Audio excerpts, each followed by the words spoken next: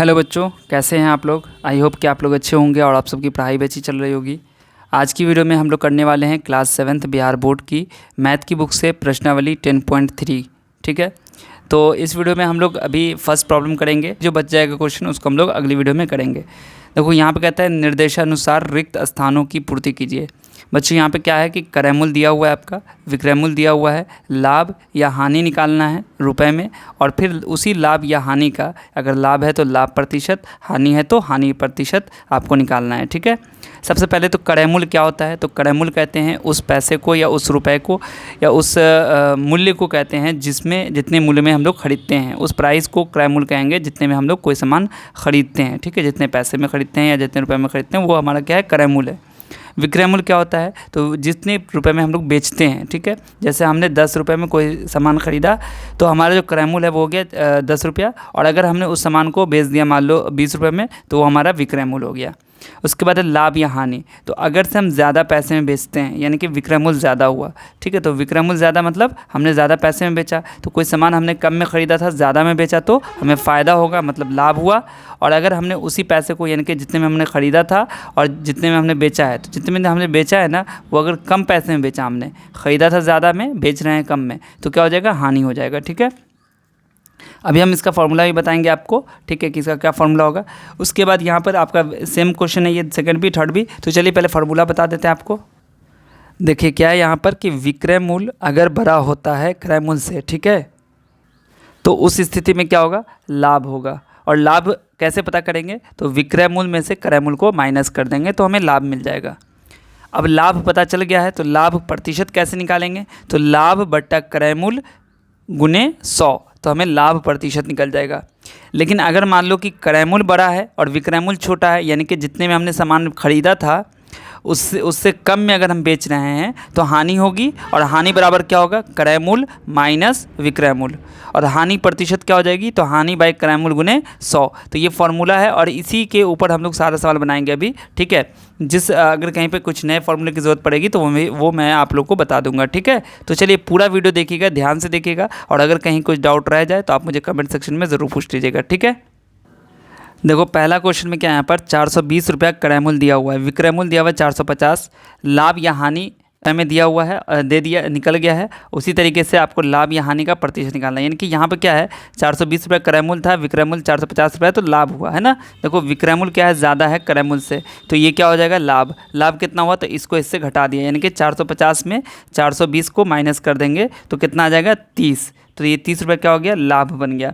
उसके बाद इसका लाभ हो गया तो लाभ प्रतिशत निकालेंगे। तो लाभ प्रतिशत क्या होता है, फॉर्मूला बता चुके हैं। लाभ प्रतिशत बराबर होता है लाभ बट्टा क्रय मूल्य। तो लाभ कितना है आपका 30, क्रय मूल्य कितना है आपका 420, इसको 100 से गुना कीजिए। ठीक है, देखो यहाँ से क्या होगा कि ये 0 से ये 0 कट जाएगा, 14 या 42 हो जाएगा, 7 दूनी 14 और 50 दूनी 100 हो जाएगा। ठीक है, तो काट दिया हमने, तो 50/7 हो गया। और इसी को क्या किया है कि ये आपको मिश्रित मिक्स फ्रैक्शन में चेंज कर दिया गया है, 7.1/7%।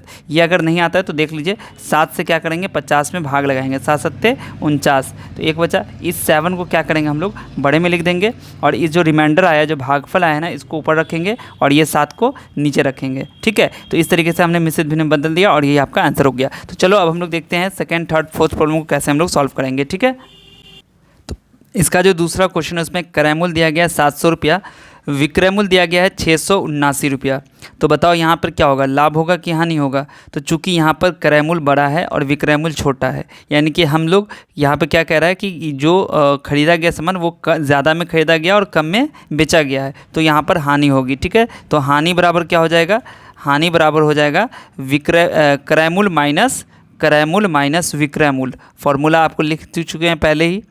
तो क्रय मूल्य कितना है आपका 700, इसमें से माइनस कीजिए 679 रुपया, तो कितना हो गया, 10 में से 9 गया 1, 9 में से 7 गया 2।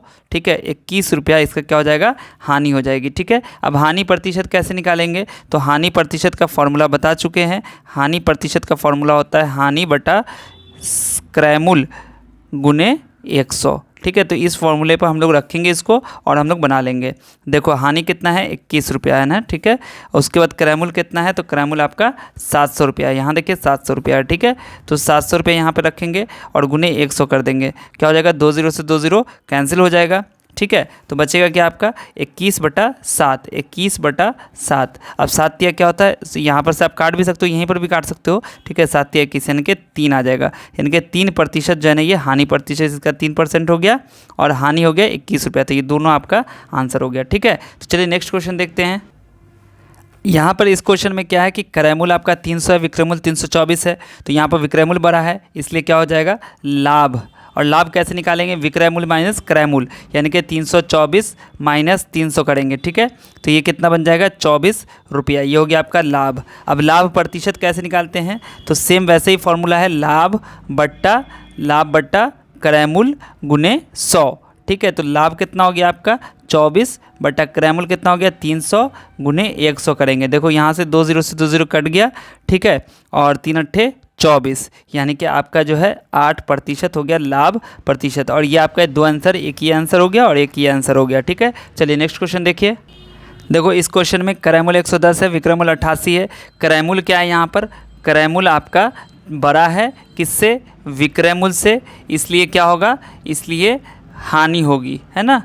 क्या होगी, हानि होगी। अब हानि कितना है, तो हानि कैसे पता करेंगे, तो हानि बराबर होता है क्रय मूल्य माइनस विक्रय मूल्य। तो यहाँ पर क्रय मूल्य आपका कितना हो गया, क्रय मूल्य में से विक्रय मूल्य घटाएंगे, ठीक है। तो क्रय मूल्य कितना है आपका 110 रुपया है और विक्रय मूल्य कितना है 88 रुपया है। माइनस की जगह 10 में से 8 गया 2 हो जाएगा और 10 में से 8 गया 2, यानी कि 22 रुपया हो गया इसका आंसर हानि, ठीक है। अब हानि प्रतिशत का फॉर्मूला क्या होता है लिख चुके हैं, इसलिए अब दोबारा लिखेंगे नहीं, बट आप लोग लिखिएगा ज़रूर यहाँ पर। देखो हानि कितना है आपका 22 बटा जो इसका क्रय मूल्य है वो कितना है 110 रुपया इंटू 100। देखो 22 पंचे 110 होता है और 5 से कट जाएगा 20 पंचे 100, यानी कि 20% ये आपका आंसर हो गया, ठीक है।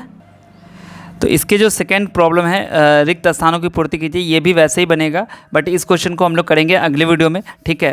इस वीडियो में फ़िलहाल इतना ही। आप लोग इस वीडियो को अपने सभी दोस्तों के साथ शेयर कर दीजिएगा। अगर आपको कहीं पे कोई डाउट है तो आप पूछ भी लीजिएगा कमेंट सेक्शन में, और इस वीडियो को अपने सभी दोस्तों के साथ ज़्यादा से ज़्यादा शेयर कर दीजिए। मिलता हूँ फिर आपसे अगली वीडियो में, तब तक आप सब अपना ध्यान रखिए। वीडियो देखने के लिए आप सभी का बहुत बहुत शुक्रिया।